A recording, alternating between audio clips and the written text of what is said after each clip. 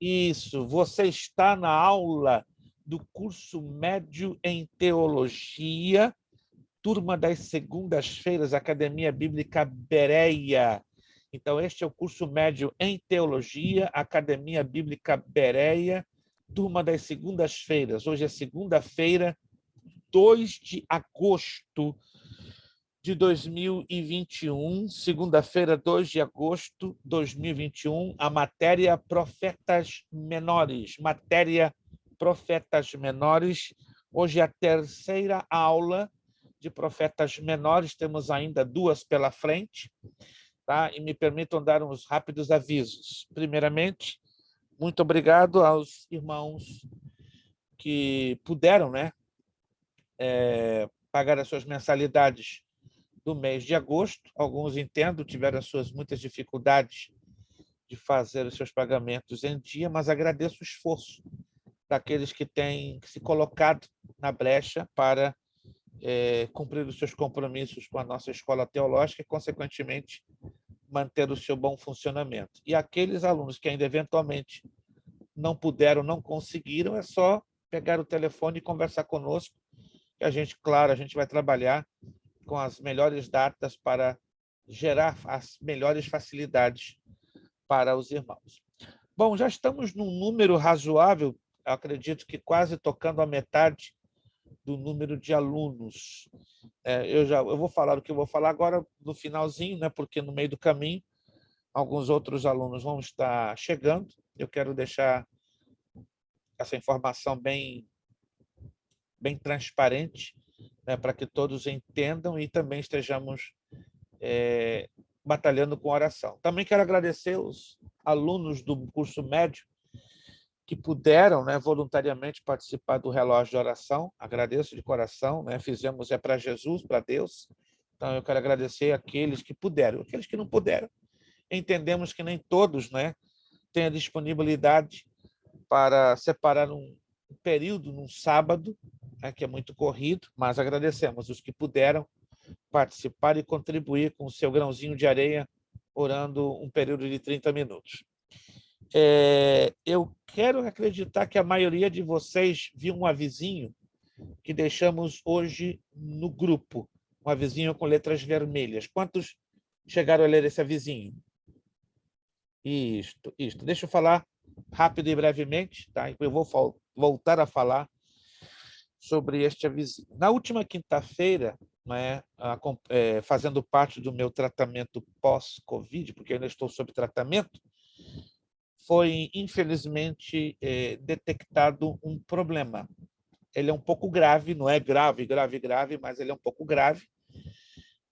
Foi detectado um problema no meu coração, mas graças a Deus que foi detectado a tempo, né? A tempo. Como foi detectado a tempo, então meus médicos, eu tenho dois médicos, né, um casal, eles decidiram aplicar um tratamento de choque, ou seja, um tratamento rápido para reverter pelo menos mais de 70% do problema, né? Resumindo, a minha pressão arterial ela está indo tão baixo como indo muito para cima. Então, ela está oscilando, baixa, alta, baixa, alta. Meus batimentos cardíacos também estão super irregulares, né? Ora, está muito baixo e, de repente, do nada, dispara, vai lá para cima. Eu saio muito fácil de 54 batimentos por minuto para 163. Isso na questão de menos de 2, 3 minutos. Eu já estou tendo esse problema já há mais ou menos umas 2 semanas e está aumentando a cada semana ou a cada dia que passa. Então, nos meus exames que eu fiz na última quinta-feira foi detectado, né? Mas somado ainda o alto nível de estresse que eu estou submetido. São 18 anos que eu não tenho podido, né? Não é porque eu não tenha querido tirar férias. 18 anos. Aí os meus médicos me colocaram contra, falei, ok, são 18 anos que você não quis ou não tem podido. Não tem podido, é uma coisa simples, não tem podido, ok. Então agora você vai ter que tirar 5 dias obrigatoriamente para fazer 5 dias de um tratamento pesado para a gente reverter esse processo, né? Então, a partir da próxima segunda-feira, eu vou estar completamente desconectado do Bereia, sou obrigado, né, por ordem médica, a ficar do dia 9 ao dia 13. E nesses 5 dias eu vou ficar 2 dias no hospital para ser monitorado com aparelhos, né, de grande porte, que não pode ser levado para minha casa. E eu estou confiando que Deus vai entrar com a providência e vai usar os médicos para reverter esse processo. É uma situação grave, mas não é grave, assim, de a coisa estourar de hoje para amanhã. Mas graças a Deus que foi encontrado a tempo. Então tem que lançar a mão já desse tratamento, por isso estou aqui dando essa satisfação aos irmãos, que na próxima segunda, então, não teremos aula, devido a que eu vou estar todos os dias, de 8 às 5, 6 da tarde, fazendo bateria de exames e também tomando medicamentos no hospital de Somerville. Quarta e quinta eu vou estar internado. Quarta e quinta-feira eu vou estar internado por causa dos exames de monitoreio que me obrigam a ficar lá por causa das máquinas. E eu me coloco nas vossas orações. Tá? E aí, no dia 16, se tudo correr bem, voltamos à normalidade. Tá? Eu, sinceramente, me desculpo com os irmãos por esta mudança no calendário, ou seja, em cancelar a aula da próxima semana, mas eu estou precisando. Tá bom? Sinceramente, eu estou precisando, porque se eu não corrigir essa situação a tempo, o meu problema, então, fica irreversível, não volta para trás. Então, eu entrando nesse tratamento, eu tenho 70%, graças a Deus, em reverter o problema. Mas se eu não lançar mão desse tratamento, então o negócio fica curioso, né? Fica estranho. Tá?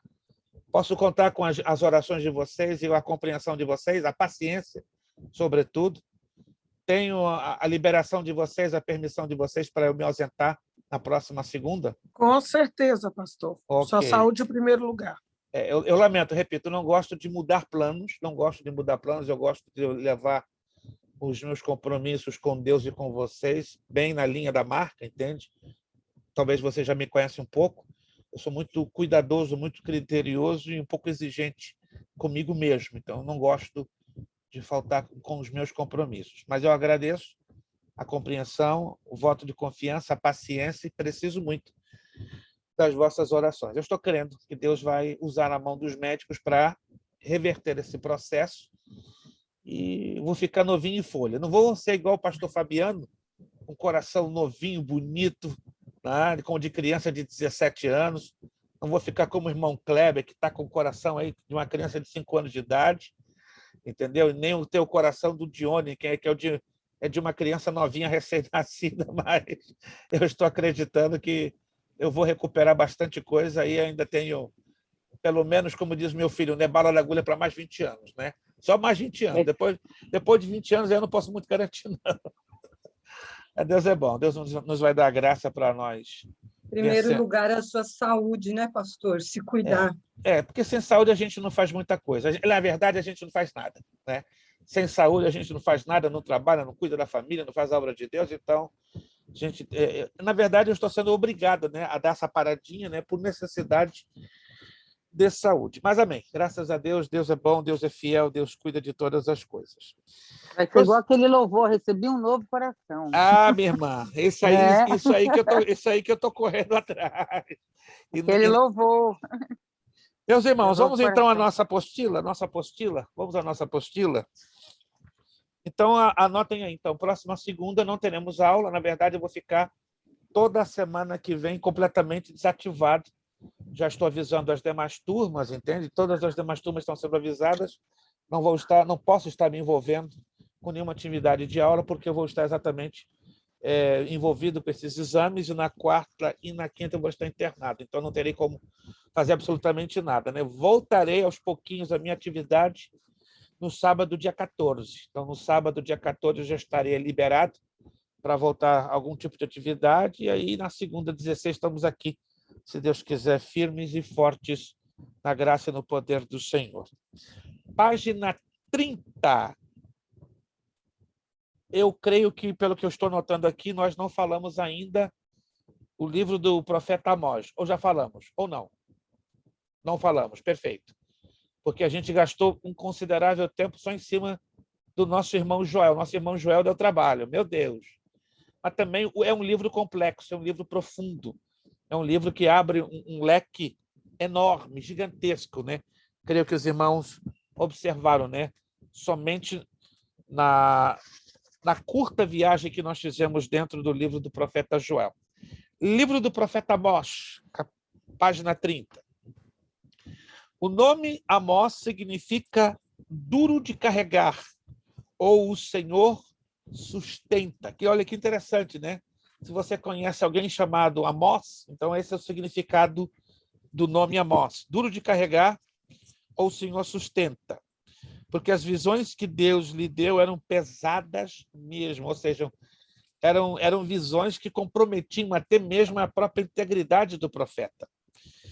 O autor do livro, Amós, era originário de Tecoa, cidadezinha 18 quilômetros ao sul de Jerusalém, onde criava ovelhas e plantava figos, ou mais ou menos, na região em que Davi apacentou suas ovelhas. Tinha grande conhecimento histórico, perícia com as palavras, o que seria estranho para um simples camponês. Temos aqui uma particularidade curiosa, né? Então, Amós era metade um especialista, vamos dizer assim, um estudioso, um expert, e, ao mesmo tempo, era um camponês, coisa que não era nada normal, né, para um autor do livro das Sagradas Escrituras. Ou ele era de todo um camponês, ou era de todo uma pessoa, digamos assim, estudada, uma pessoa com um nível cultural, um nível social mais elevado.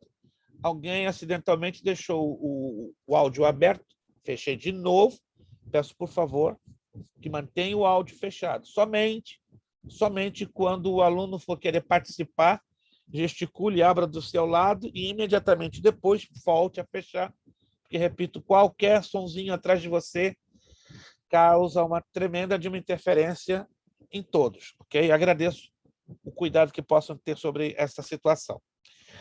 A data de escrituração do livro de Amós é provável que seja ao redor de 750 a 760 a 750 a.C., período que corresponde ao rei Uzias em Judá e Jeroboão II em Israel.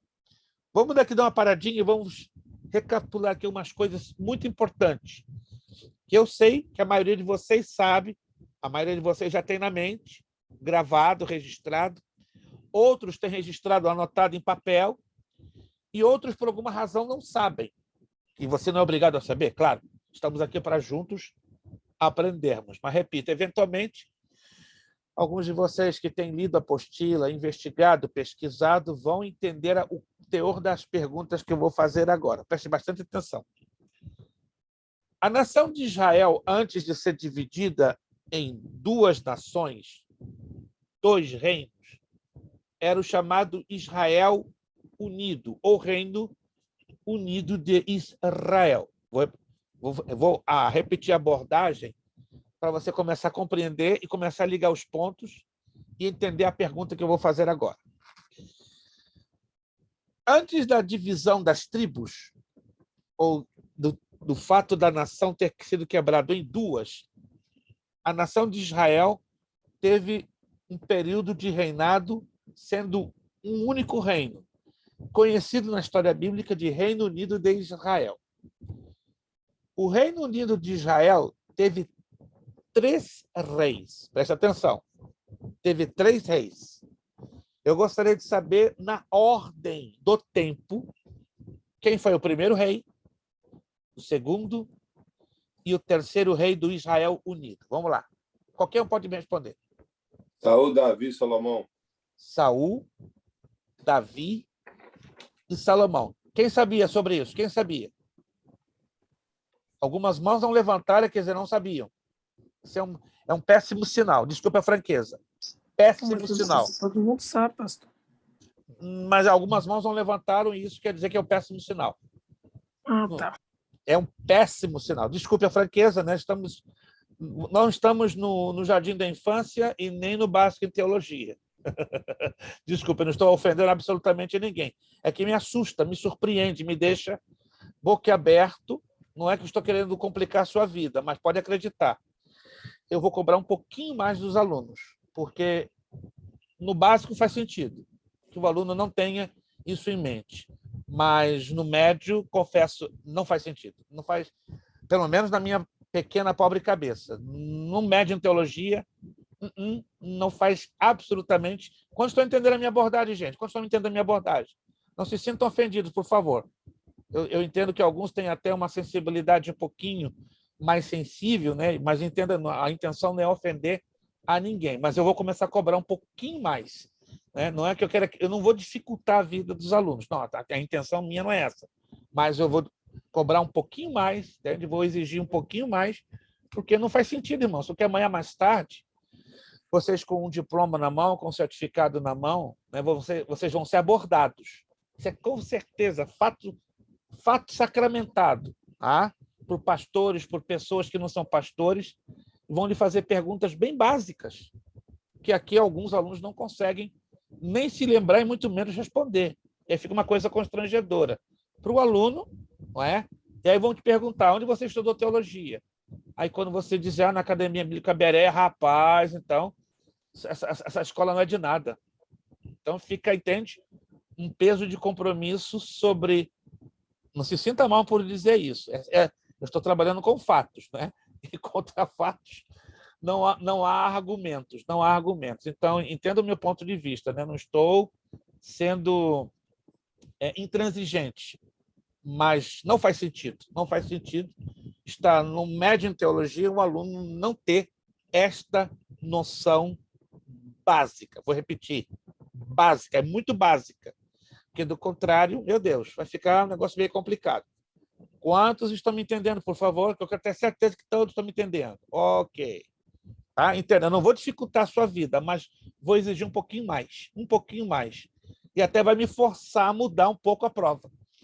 Entendeu? Eu facilitei o máximo as últimas provas, como essa de profetas menores que vem a seguida, mas, pelo que eu estou percebendo, parece que não está dando muito resultado eu facilitar. Então, eu vou voltar de novo a dificultar um pouquinho. Entende? Talvez por um caso de 1 ou 2 ou 3, os demais vão ficar um pouquinho apertados. Mas eu acredito que vai ser de benefício para todos. Anotou aí, então? Saul, Davi, Salomão. Os 3 reis na ordem do tempo, que foram os reis do Israel unido, ou do Reino Unido de Israel. Segunda pergunta, para refrescar, para eu entrar em Amós, porque eu não posso entrar em Amós se eu não trabalhar com essas perguntas básicas. O que aconteceu exatamente depois de Salomão? Alguém me diga resumidamente. O que aconteceu depois do reinado de Salomão? O reino dividiu. Dividiu. De que forma? Reino Norte, Reino Sul. Reino Norte e Reino Sul. Ok. Quem constituiu o Reino do Norte e quem constituiu o Reino do Sul? Não. Eu daria preferência a um outro, porque a coisa fica muito polarizada. Só por isso que o irmão Kleber sabe, mas eu quero ouvir outros alunos, por favor. Acho que é Jeroboão, se eu não me engano. Norte. Jeroboão no norte e no sul. Roboão. Roboão, perfeito. Então anotem aí, por favor. Eu acredito que vocês vão ter que agora anotar, porque eu estou percebendo que está ficando a coisa um pouquinho difícil. E é bom sempre lembrar Jeroboão primeiro. Primeiro, exatamente. Anote aí então, meu irmão. Mas eu acho que a pergunta que o senhor quis fazer é a composição do Reino Norte, do Reino Sul, não do rei. Era a sede. Seria o caso isso? Eu estou trabalhando a pergunta por etapas. Irmão, há de entender que eu estou percebendo que os alunos estão, não digo todos, por favor, mas alguns estão boiando, e isso a mim está me deixando surpreso. Entendeu? Porque a gente está sempre batendo a mesma tecla, e isso está me causando, confesso a vocês, um pouco de surpresa. Porque para um médio em teologia, a gente tinha que conhecer pelo menos um nível médio de informação. Ninguém é obrigado a saber tudo. Por favor, gente, por favor, entendam isso. Ninguém é obrigado a saber tudo. Mas se um aluno de médio em teologia não sabe um básico, é complicado. E podem acreditar, você não vai chegar ao fim do médio em teologia se você não tiver a noção do básico. Não é que eu estou profetizando bobagem, não. Que é uma coisa natural. Mas se você não tem uma visão do básico, não espere você chegar no final. Eu não estou falando isso por ser pessimista, eu sou bastante realista, bem realista mesmo. Isso é muito básico, muito básico. Então, recapitulando para a gente então entrar em Amós. Tá? Saul, Davi e Salomão foram os reis do Reino Unido de Israel. Ok. Salomão é o último rei do Reino Unido de Israel. O reino de Israel se divide por causa da idolatria cometida e perpetrada por Salomão. Reino do Norte, chamado Israel. Capital, Samaria, constituído por 10 tribos. Vou repetir. Creio que alguns vão ter que anotar. Tá? Reino do Norte, chamado Israel. Capital, Samaria, constituído por 10 tribos. E o rei Jeroboão I. Anotou? Espero que sim. Reino do Sul, Judá, capital Jerusalém. 2 tribos e o rei Roboão. Repito, Reino do Sul, denominado Judá, capital Jerusalém, constituído por 2 tribos, Benjamim e Judá. E o rei, o primeiro rei de Judá foi Roboão. Detalhe importantíssimo. Jeroboão I e Roboão foram filhos de Salomão. Anota isso aí, por favor. Porque lá na frente eu vou voltar a perguntar e eu quero ver quem vai se lembrar. E quem não se lembrar pode acreditar. Vou dificultar um pouquinho mais. Porque não faz sentido. Repito, não faz sentido. Um aluno no médio em teologia não conseguir se lembrar desses pequeninos detalhes. São pequenos, porém importantes demais para você ter a visualização da trajetória dos profetas de Israel e os profetas de Judá. Anotado, então? Ok. Por que, irmãos, eu estou batendo bastante nesta tecla? Porque quando nós estudamos a história dos profetas, 17 profetas entre os maiores e menores, nós vamos encontrar menções de nomes de reis, tais como eu acabei de falar, Jeroboão I, Jeroboão II. E aí, como é que o aluno vai descobrir quem foi quem e quando? Esse é o problema. Jeroboão II foi o rei, ok? Foi o rei a quem o profeta Amós pôde profetizar. Então, olha que interessante. Então, Amós profetizou no período de Uzias em Judá e de Jeroboão II em Israel. Porque temos outro problema. A Bíblia fala de 2 reis. Nabucodonosor, o primeiro e o segundo. Na verdade, a Bíblia dá mais ênfase ao Nabucodonosor II. Muito rapidamente menciona o primeiro. A Bíblia menciona 2 Artaxerxes, o primeiro e o segundo. Olha que problema. Aí vai o aluno tentar entender isso quando ele estuda. Quando o aluno não estuda, é impossível ele saber a diferença de Artaxerxes I e Artaxerxes II. A Bíblia fala de vários Herodes. Quem sabe que na Bíblia tem vários Herodes mencionados? Vários. Quantos, mais ou menos, você imagina que a Bíblia menciona? Mais ou menos.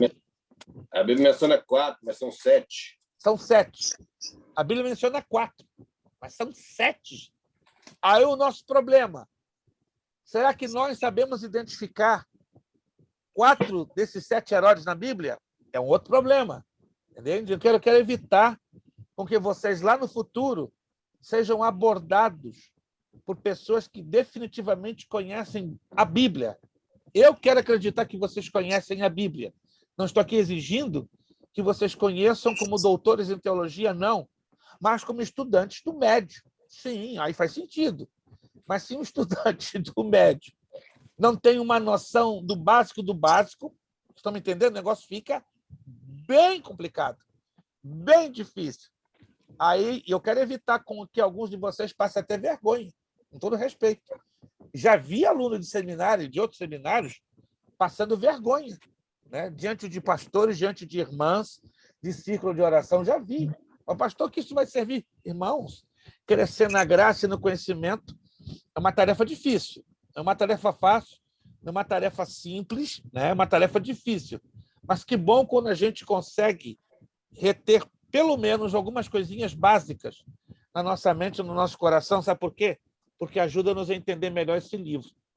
Por que nós temos dificuldade de aplicação desse livro? Aí você vai dizer lá, pastor, o que tem a ver guardar nomes de reis, rainhas, datas? Isso não vai influenciar na minha vida espiritual? É um engano seu. Porque tudo tem um porquê, tudo tem uma razão de um porquê dentro deste livro. O problema é que, a princípio, nós menosprezamos esses detalhes como eles não fossem significar nada lá na frente. Mas lá na frente, um pouquinho lá na frente, você vai entender que cada detalhe na Bíblia tem um porquê. Tem Outro exemplo, pastor, é o rei Acasias. Yep. Tem um rei Acasias do Reino Norte e um rei Acasias do Reino Sul. E eu já vi pregador confundir os dois. Eles entrelaçar a história por não prestar atenção de quem era o pai de quem e de que reino ele estava. Há 8 anos, num trabalho de círculo de oração, uma igreja ao sul de Boston, eu presenciei isso de uma irmã muito preparada, por sinal. Gente, preparada. Bacharelanda em teologia. Bacharelanda. Não quer dizer nada. Não quer dizer nada. E ela se enrolou violentamente. Eu quietinho. Rapaz, essa mulher está trocando o Acasias do Norte, jogando para o Sul. E a igreja, amém! Aleluia! Eu quieto. Minha esposa do meu lado estava mudando de cor. Já era o arco-íris. E aí ela me cutucava. Está percebendo o problema? Fica quieta. Só nós dois parece que estamos entendendo o mistério. Aí nós viramos para a esquerda, tinha 3, 4 irmãs que também estavam fazendo assim com a cabeça. Opa! Já somos 6. Já somos 6, estamos percebendo o problema. Daqui a pouco, uns 2 obreiros que estavam no púlpito estão mexendo a cabeça. Eu falei, opa, já somos 13. E aí o negócio está ficando estranho. E eu sei que no final do culto, não sei o que aconteceu, porque eu não estava participando da conversa, a irmã foi abordada por um obreiro, isso eu me lembro como hoje, e ela baixou a cabeça e saiu bem triste. Obviamente, ela deve ter sido chamada a atenção pelo erro que ela insistiu, mas insistiu mesmo. Por mais de 10 vezes, ela falava que o Acasias do Norte era o mesmo do Sul, e assim podia. Falei, rapaz, bacharelando em teologia. Eu falei com meus botões, ok, eu sei que erros humanos são cometidos, mas desta natureza é um negócio meio complicadinho. É o mesmo que você colocar Isaías, né, no colo de Abraão. É o mesmo que você colocar, né, Jesus ao lado do profeta Saul. Né? Eu já vi pregações absurdas, né, de colocarem Jesus ao lado do profeta Saul, mas deixa quieto.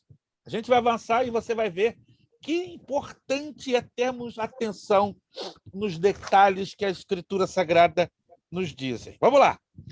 Qual era o caráter de Amós? Homem simples, mas obediente a Deus, acostumado às lidas do campo, como vemos em várias das mensagens. Quando o sacerdote pagão Amazias, olha só, sacerdote pagão, porque também teve, né, outros elementos com esse nome Amazias. Oh! Esse Amazias, na realidade, também ele era um sacerdote constituído pelo rei Jeroboão, não da tribo de Levi. Exato. Eles constituíram o sacerdote deles. Exatamente. É o tipo, é a quebra da lei, porque a lei era claro, tinha que ser da tribo de Levi, mas Amazias não era da tribo de Levi. Olha o detalhezinho, gente. Só o irmão Kleber está ligado. Se você não leu a apostila, claro, você vai estar desligado. Mas eu, na verdade, eu fiz uma exposição do livro de Amós e devido à desigualdade social, eu lembrei do Brasil. O massacre do povo, pelos políticos. Não toca nesse assunto por enquanto, irmão Kleber. Pode dar problema aqui para nós. Nós podemos sofrer censura pelo Facebook. Mas, gente, olha que detalhezinho. Quantos de vocês sabiam? Falando sério, não estou querendo envergonhar ninguém, nem constranger ninguém, nem estou chamando a atenção. Quantos de vocês sabiam que este sacerdote Amazias não pertencia à tribo de Levi? Quantos? Quantos não sabiam? Não sabiam. Todos sabiam, então? Oh, que bom! Sejam sinceros, quantos não sabiam que Amazias não pertencia à tribo de Levi? Quantos não sabiam? Ok. Perfeito. Vamos ser sinceros, gente. Vamos ser sinceros. Eu não sabia. Vamos ser sinceros, né? Porque a sinceridade é a alma do negócio. A gente tem muito a ganhar sendo sincero diante de Deus. Então, guarde isso. Amazias, este sacerdote, no tempo de Amós, ele não era descendente da tribo de Levi. E a lei exigia, para ser sacerdote, tinha que vir da tribo de Levi. Por isso que ele foi considerado um sacerdote pagão. Muito bem. Tentou expulsá-lo de Israel. Então, Amazias fez a vida... Na verdade, pastor, além da tribo de Levi, não bastava ser somente da tribo de Levi. Exato. Tinha que ser da família de Arão, que nem todos os levíticos podiam ser sacerdotes. Exato. Inclusive, apesar que não está na aula, mas uma coisa que quase ninguém percebe, que quando foi dividido o tabernáculo para ser carregado, a divisão das 4 famílias de Arão, que era a família... Cada um tinha um trabalho específico para levar uma tarefa específica. Nem todos podiam carregar a Arca da Aliança. Exato. Aí entra a família certa para carregar. Entra os filhos de Merari, os filhos de Gerson. Interessante isso. Super. Tem uns que podiam carregar só as cortinas, outros os utensílios que não compunha dentro do tabernáculo. Aí vou deixar, porque senão a gente acaba falando do ministério. Gente, isso aqui é sério. Essa parte que o irmão Kleber está trazendo à tona é sério, tão sério que vou repetir. A maioria de nós, até pastores, não entendem, não enxergam e não sabem isso. Que é trágico. Um pastor que se diz pastor não conhecer isso, pelo amor de Jesus Cristo. Aí são pessoas que quer ocupar o lugar que não é dele.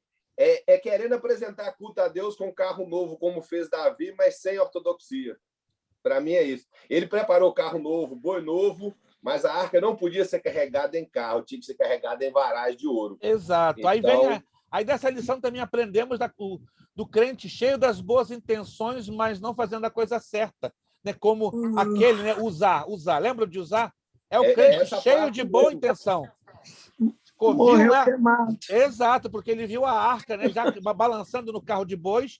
Mas, irmãos, vamos partir de um princípio. A arca não podia ser levada em carro de bois, tinha que ser levada nos ombros.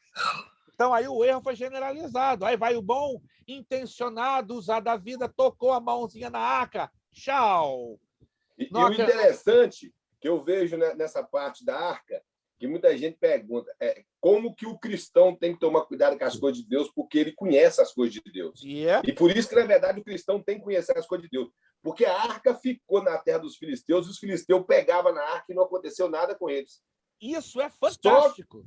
Só quando eles colocaram no templo de Dagon com zombaria, que Deus humilhou o Deus deles. Mas quando um que conhecia Deus colocou a mão, morreu. Interessante. Por isso que nós, como cristãos, temos que tomar muito cuidado com as coisas de Deus para não... Quanto mais é dado, mais é cobrado. Exato. É realidade. Agora, veja bem, Obed-Edom não conhecia Deus. Olha, parece que eu e o irmão Kleber estamos sem querer pregando. Obed-Edom não conhecia Deus. Mas o que diz a Escritura? Prosperou ele grandemente. Porque tinha o quê? Temor. Opa! Tem muito ímpio, tem muito incrédulo, tem muito incircunciso aí que tem mais temor do que nós cristãos. Meu Deus! A primeira vez que eu li a história de Obed-Edom, me senti envergonhado como cristão. Eu me senti envergonhado. Uau! Isso aqui era um filisteu, era um incircunciso, era um pagão. Mas o cara teve muito temor, a ponto que Deus o fez prosperar tremendamente. Que Deus E Davi teve que procurar saber como que trazia a arca, né? Porque já havia. Davi ficou revoltado, né? Sabe o mais interessante? Primeiro instante. Isso aí é um negócio de misericórdia. Mas o primeiro instante de Davi... Todo rei tinha que ter uma cópia da lei. Exato. Todos. E possivelmente existia uma cópia da lei na biblioteca de Davi, mas sem ler. Exatamente. Segundo o coração de Deus, ele estava falando. Exatamente. Rapidinho. Só um momentinho, rapidinho, irmã Lúcia, depois irmã Priscila e depois a irmã Cristiane, por favor, porque nós temos que avançar. Pastor, e Davi ficou tão decepcionado, porque a intenção de Davi era boa, né? Mas o princípio era errado. Esse é o grande problema nosso nos dias de hoje, né? Boas intenções, porém princípios errados, mas não funciona. O reino de Deus funciona com princípios corretos e não apenas na base das intenções. Pastora Priscila. Eu só descobri sobre os sacerdotes porque eu li a pergunta número 14, que pergunta sobre isso. Eu perguntei, como assim? Onde que está isso? Daí eu perguntei para o meu esposo, ele falou. Mas eu também não sabia. Perfeito. Número 14. Perfeito. A senhora observou muito bem. Elementar, nossa pastora que é amiga do Watson, do Sherlock Holmes. Ela descobriu. Perfeito. Pastora Cristiane, fale, por favor. Não, e eu só quero falar o seguinte, que o Deus é o mesmo, né? Sobre nossas atitudes. Em Israel, uma pessoa que não era crente, ok, do mundo, quando ele passou na Via Dolorosa, que ele viu a Via Dolorosa, ele beijou, agradecendo a Deus, assim, ele prostou ali com a cara no pó e agradeceu a Deus pelo Jesus ter passado com a cruz. E naquele momento, Deus desceu com poder sobre a vida dele. Então, uma pessoa que não é cristã, e às vezes muitos cristãos não fazeriam a mesma coisa.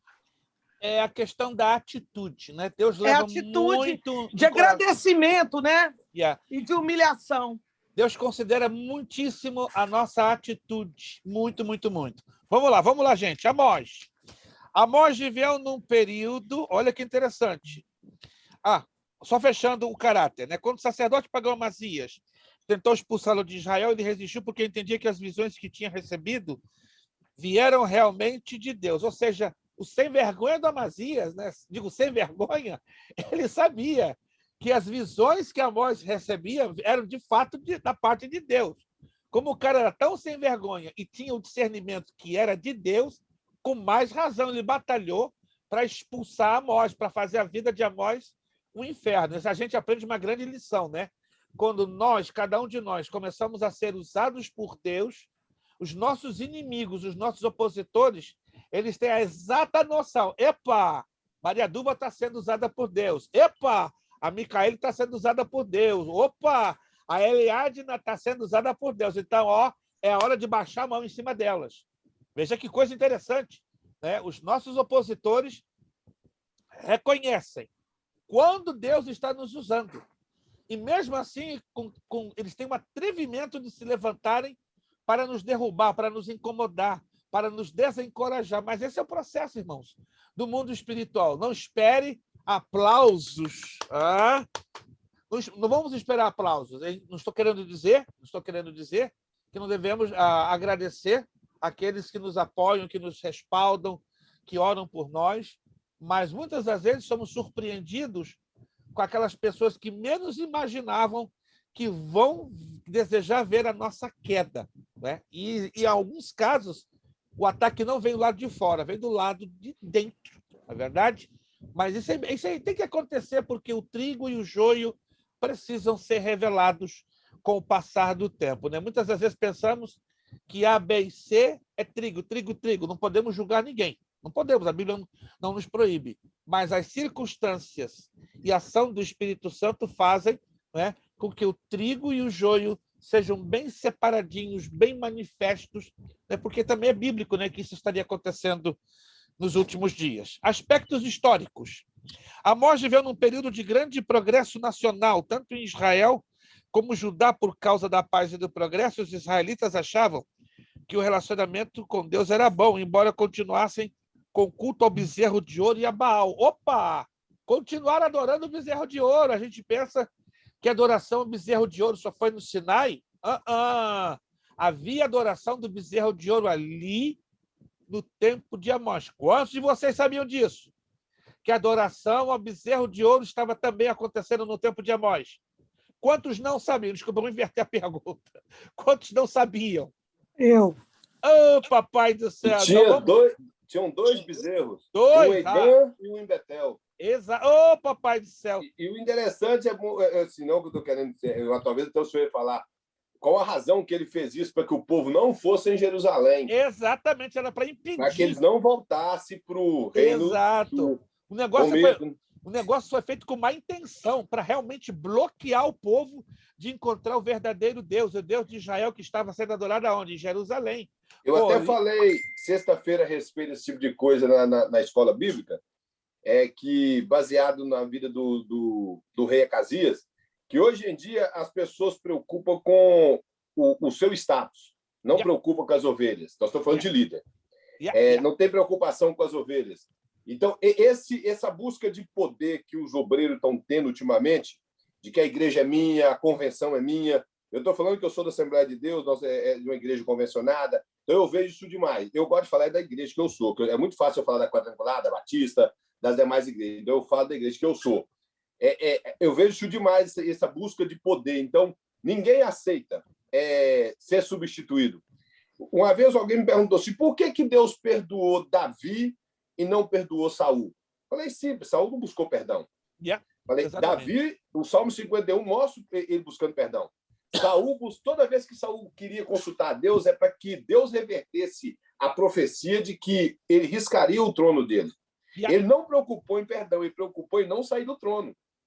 Esse foi o problema de Saul. E é o que acontece hoje. Então, o caso do rei Jeroboão II era a preocupação que o povo não fosse em Jerusalém, pensando em que, se for Jerusalém, pode voltar o reino unir novamente. Exato. E eles vão se destituir. E é o que, infelizmente, acontece com muitos obreiros hoje, com medo desse tipo de coisa, pensando só neles. É a perda do foco, da dependência, da humildade. Na verdade, eu falo do cuidado de verdade com as ovelhas. Eu falo assim, da preocupação com as ovelhas e não com o status e título dele. Porque muitos têm ministério, como o irmão acabou de mencionar, como status, como plataforma de fama e aplauso, e de reter poder, e não ministério como algo para servir, cuidar das pessoas. Né? Porque ministério é, acima de tudo, doar-se, entregar-se em favor do próximo. Se alguém vê o ministério com um cabide de trabalho, uma plataforma de status, isso não é ministério, isso é mercenarismo. A palavra ministério na Bíblia sempre é traduzida como diaconia, serviço. Exato, serviço. Diaconia. E o ministro é a palavra rupereta, que quer dizer um escravo destinado à morte. Exato, né? Ou literalmente, né, ruperetas, né, debaixo do peso do remo. Não é? Isso, é os remadores de galés. Exato. Agora, o interessante é que Paulo fala que seja Apolo, seja Cefa, seja Paulo, sois de vós e vós de Cristo. Ou seja, obreiro, ele é servo da igreja. Nada mais do que isso. Agora acha que é status. Agora vai explicar isso para a maioria. Cai em cima do irmão com paulada e chicotada, porque não foram ensinados a enxergar essa visão bíblica. Eles foram ensinados a enxergar a visão pessoal do líder que está ali com sede de o quê? De poder, de status, enfim. Isso aqui é complicado a gente entrar... E foi isso que os reformadores veio batendo, porque eles tiraram, mostrando ao povo que o Papa não estava acima da Bíblia. Exato. E que nem o que ele falava tinha que ser seguido. E é o que tem que acontecer hoje. Mas, infelizmente, o povo em outras palavras, precisamos de uma segunda reforma. E temos os papas evangélicos, né, pastor? Exato. A primeira reforma de 1517 já passou por um processo de vencimento. Já está gasta. Precisamos de uma outra para sacudir a Copa da Moreira e mudar as estruturas das igrejas que estão vivendo um verdadeiro sistema religioso. Desculpe, isso aqui não é uma crítica. Isso aqui é uma exposição da realidade à luz da verdade da palavra de Deus. Hoje estamos, infelizmente, vivendo... E isso está dentro de Amós. Está dentro de Amós, exatamente. Corrompido. Se os irmãos lerem um pouquinho a apostila, vão descobrir isso. A gente está tomando um pouquinho de tempo em tecer essas considerações, porque quando o aluno lê essa apostila e lê a parte de Amós, vai entender isso. Mas se o aluno não leu ou leu por cima, claro, vai ter uma enorme dificuldade em detectar isso. Vamos lá. Então, o povo estava adorando a 2 bezerros de ouro, e ainda, para piorar, Baal. Opa! Então, o espírito de Acabe e Jezabel continua, não parou por aí. Apesar da estabilidade, também foi um período de idolatria e imoralidade, corrupção de políticos e juízes e de ampla opressão aos pobres. Em consequência disso, Deus anuncia que o castigo viria em breve, pela mão dos assírios, o que aconteceu cerca de 40 anos depois das profecias. Olha, dá-lhe paciência. Só o nosso Deus, gente, para pensar comigo. Só o nosso Deus para ter paciência. Ainda aguentou, tolerou 40 anos de ingratidão, de idolatria, de misticismo. Deus deu tempo, meus irmãos. Quanto tempo será que Deus ainda vai dar nesta terra aos ímpios, as pessoas que se recusam a se dobrar diante dele? Mas 40 anos eu tenho certeza que não. Falo com convicção à luz dos sinais que antecedem a volta de Cristo. Não temos 40 anos pela frente, não. Temos muitíssimo pouco tempo, mas muitíssimo pouco tempo, e Deus está tratando com o planeta Terra, está tratando com as igrejas, e ainda vai tratar bem forte, né? Como tratou a Israel, deu através de Amós 40 anos de chance. Não quiseram usar a chance? Deus permite com que os assírios venham sobre eles. Vamos lá. Alguém se lembra, alguém já leu, aqui ninguém é obrigado a saber, por favor. Alguém se lembra qual foi o rei assírio permitido por Deus para que no ano de 722 a.C. levasse cativo o povo de Israel para a Síria? Alguém leu, já se lembra? Já leram alguém? Não? Ninguém? Tiglat-Pileser. Tiglat-Pileser III. Opa! O senhor falou na aula passada e falou de novo, eu ia falar, mas entrou no assunto. O pai de Nabucodonosor não era Nabonido? Nabopolassar, melhor dizer, Nabopolassar. Nabopolassar, também conhecido como Nabucodonosor I. Tá, é porque eu só conheço da história como Nabopolassar. Nabopolassar, também conhecido como Nabucodonosor I. Bem interessante isso, né? É como Belsazar, né? Conhecido por Nido, também era conhecido como Nido II. São nomes persas e nomes medos que se intercalam dentro da visão de cada historiador, né? Como Assuero, esse é um nome persa, perdão, um nome medo, Assuero, mas Atarxerxes II é o nome persa. Olha que interessante. No caso, por exemplo, o rei Belsazar, ele oferece o terceiro lugar para Daniel, possivelmente ele era o segundo. Exato. Será que seria Nabonido que era o primeiro, ou no caso, não sei, porque alguns até interpretam que Belsazar seria neto de Nabucodonosor. Talvez poderia ser filho, porém o segundo filho mais novo. Não, era neto. Belsazar era neto de Nabucodonosor, mas lembre-se que os reis persas eles recebiam muito poder de governança, ao contrário dos egípcios que seguiam rigidamente uma linha hierárquica. Os reis persas tinham essa característica bem interessante, tanto persas como babilônios. Tanto que quando a Média e a Pérsia absorveram a Babilônia, alguns costumes babilônicos foram seguidos entre os medos e os persas. Claro, depois, com o tempo, né, a cultura babilônica ela ficou completamente dissipada, desintegrada, porque o Império Medo-Persa tinha que mostrar sua identidade, né, como nação, como povo, como cultura, né? Ou seja, o sonho da estátua de Nabucodonosor, uma das interpretações, né, clássicas, é que vocês observam, quem se lembra do sonho da estátua de Nabucodonosor, são várias partes de uma só estátua digamos assim, no mesmo bloco, só com formatos diferentes: ouro, prata, bronze, ferro, mas lembre-se que é uma só peça, com tipos diferentes. O que esses tipos querem dizer? Mistura, miscigenação, fusões de culturas. Ou seja, a cultura babilônica ela entra em fusão com os medo-persas. Mais tarde, a cultura medo-persa se funde com a cultura helênica, grega. Mais tarde, a cultura grega-helênica se funde com a romana, e assim por diante. Esse é o significado do porquê uma só peça, porém com tipos diferenciados de elementos, né? Ouro, prata, ferro, bronze e assim por diante. Vamos lá. Apesar dele ser de Judá, quem? Amós, foi enviado para Betel, principal santuário religioso de Israel na época. O livro de Amós é pequenininho, 9 capítulos, mas fala muito. Capítulo 1 e 2 até o 5, profecias contra as diversas nações. 2, 6, 16, juízo contra Israel. Opressão dos pobres, religião profanada. Sistema opressor vigente. 3, 1 a 5, 17, sentenças contra Israel. 5, 8 a 6, 14, anúncio do exílio. 7, 1 a 9, 10, visão dos castigos divinos. E 9, 11 e 15, restauração de Israel. Agora, olha os destaques do livro, né? Temos 4 destaques. 1:8, a profecia contra os filisteus, e serão exterminados. Em 9:8, os filisteus serão extintos, mas Israel sempre terá uma descendência. Alguém sabe hoje qual é a área territorial do planeta Terra que ocupou a antiga Filistia? Alguém sabe? Só o irmão Kleber fica, por enquanto, quietinho. Por enquanto, porque eu sei que ele sabe. Alguém sabe a área territorial do planeta que corresponderia à antiga Filistia? Ninguém sabe. Ninguém leu.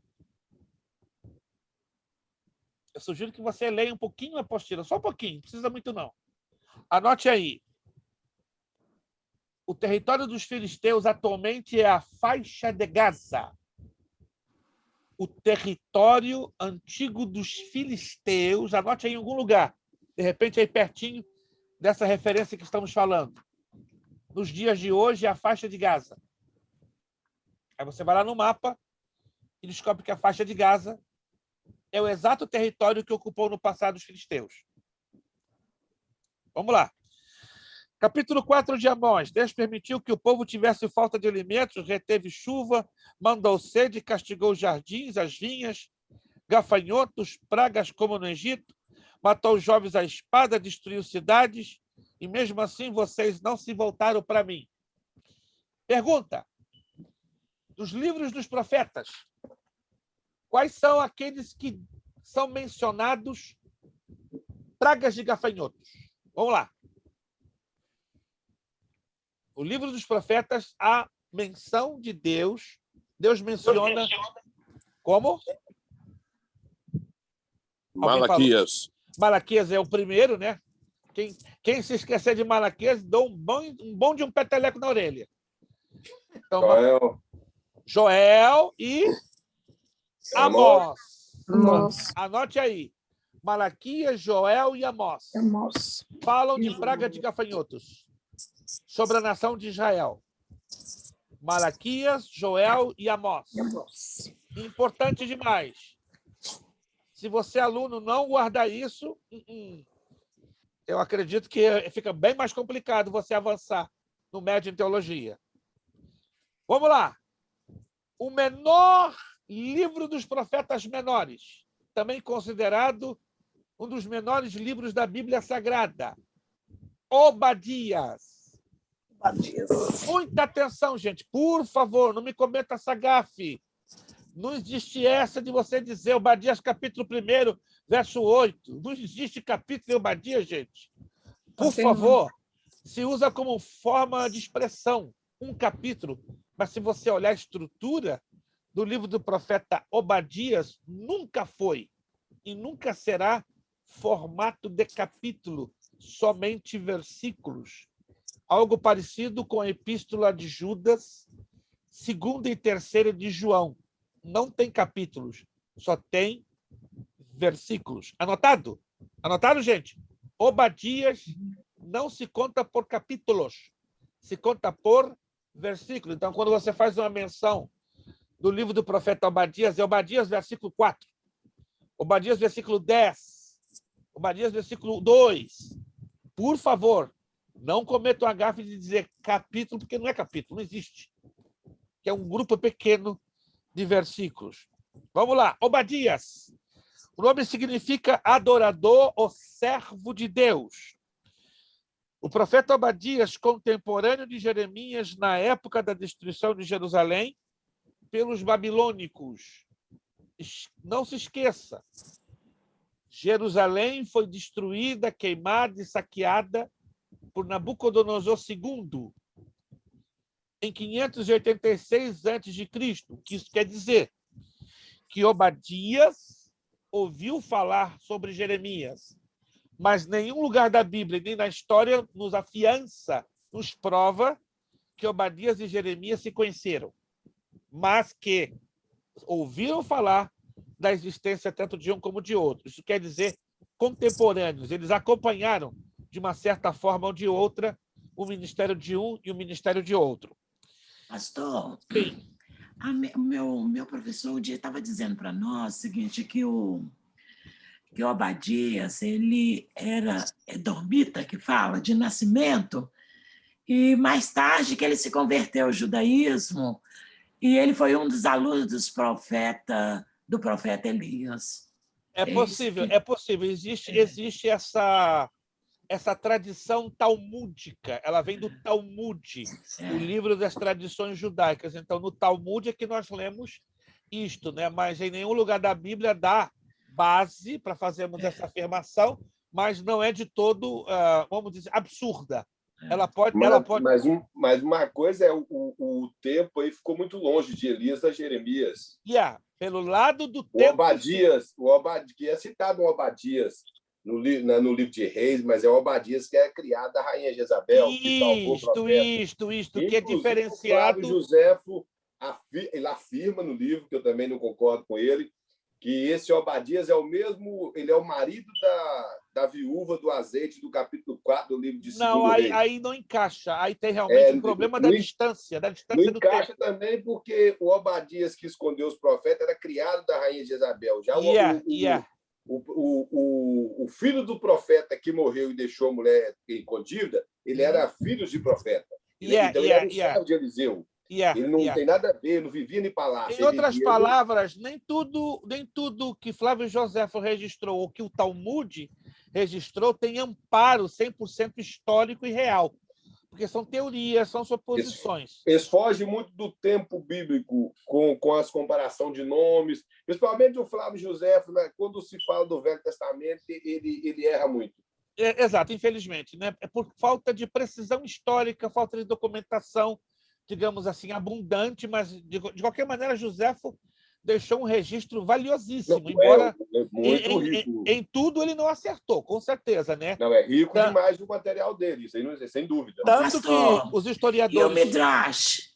Eu gosto muito do Midrash. Mas o Midrash também, o Midrash é semelhante ao Talmud, ele tem que ser peneirado historicamente falando. Né? Mas o Midrash, ele te dá umas 3 linhas de raciocínio de que cada um...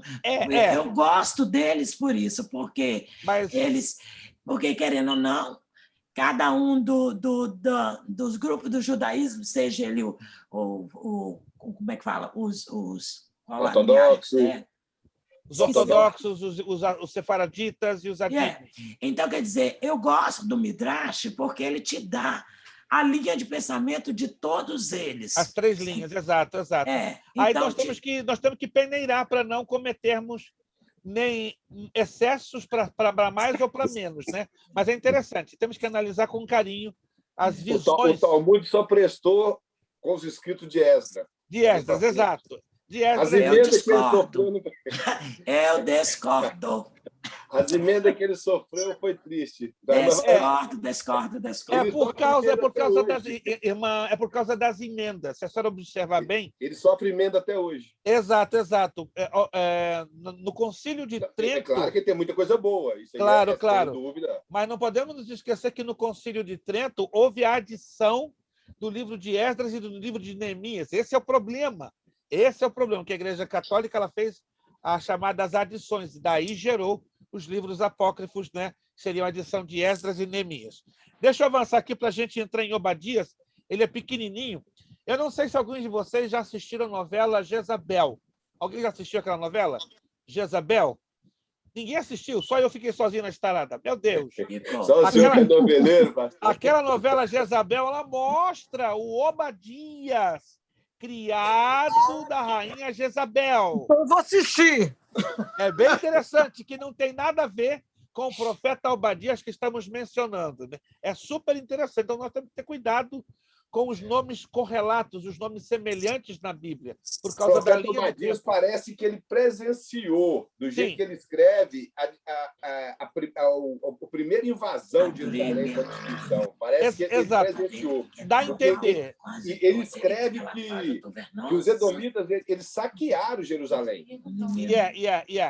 Exatamente. Eu acredito que ele viu. Não foi simplesmente uma profecia futura, parece que ele viu do jeito que ele fala.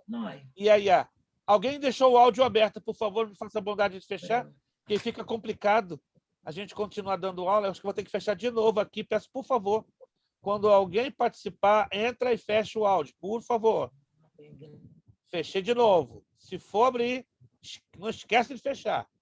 Eu não vou mencionar nome porque fica um pouco indelicado da minha parte, mas, por favor, me ajuda. Tá bom? Vamos lá. Aspecto, a data já falamos, 586, quando Jerusalém invadida, queimada, saqueada e assolada pelos babilônios. O caráter do livro de Obadias. Como o livro só tem um capítulo, quando eu falo um capítulo, é uma forma de expressão para você se dar conta que não existe a questão de capítulos, são versículos. As afirmações são muito escassas. Agora, os aspectos históricos, a gente tem, sim, um pouco de informação. Na invasão de Jerusalém, o reino de Edom sentiu maldosa satisfação com a devastação de Judá pelas potências estrangeiras. No entanto, isso suscitou a ira de Deus sobre esse povo. Considerando que os edomitas são descendentes de Saul, olha só, portanto, parentes dos israelitas, sua hostilidade ainda mais repreensível. Deus profetiza que eles serão desalojados de suas fortalezas nas montanhas e saqueados também, enquanto Israel voltará a prosperar, pois ele se orgulhava de sua invejável posição geográfica, ou seja, o país estava localizado numa cadeia de montanhas e sua capital era praticamente inacessível. O povo de Judá estava desolado e arruinado, enquanto Edom festejava com júbilo e sensação de vitória. Mas Deus levantou Obadias para preveni-los que o seu juízo também irá chegar. Essas profecias cumpriram-se 5 anos depois, quando os próprios babilônicos os destruíram. E mais tarde, lá no futuro, pelos árabes no ano 70 depois de Cristo. Então, os edomitas passaram dobrado, né? Sofrendo 2 vezes por causa da incredulidade e, sobretudo, da dureza dos seus corações. Malaquias até profetiza que eles seriam riscados. Exato. Passaram-se, bem dizer, 400 anos, eles meio que apagados, voltaram ao poder com a ascensão de Herodes. Exato. Que Herodes ele era idumeu, então ele era da descendência de Esaú. De Esaú, exatamente. Você colocou no final aqui, no ano 70. Depois de Cristo. Roma destruiu tudo e acabou com tudo. Na memória dos edomitas, só ficou um traço na história, né? Descendência, governo, acabou. Na verdade, o que Deus havia prometido, ele teria que cumprir, né? Que arriscar, né, os edomitas de voltarem a ter o poder. Esboço do capítulo, versos 2 e 10, juízo contra Edom. Versos 11 e 14, crimes contra Israel. Versos 15 e 18, juízo contra as nações, um livramento para Sião. Versos 19 e 21, estabelecimento do reino do Senhor. Destaques do livro, 3, embora o livro é pequenininho. Deus amaldiçoou os que amaldiçoam o seu povo. Edom presenciou o cerco e ajudou na invasão. Alegrando-se com isso, colaborou na pilhagem e na captura de fugitivos. Edom sumiu do Império Romano depois da destruição de Jerusalém no ano 70. Passando para Jonas. Ai. Jonas. Gente, põe livro polêmico. Eu acredito que agora o negócio vai esquentar. São 9 horas, 16 minutos. Nós temos que terminar em meia hora. Vamos ver se conseguimos terminar em meia hora, porque agora o negócio vai esquentar bonito. Vamos lá. Abra sua Bíblia comigo. Evangelho segundo São Mateus, capítulo 12, verso 40. Que tem a ver com Jonas. Bastante coisa. Evangelho segundo São Mateus, capítulo 12, verso 40.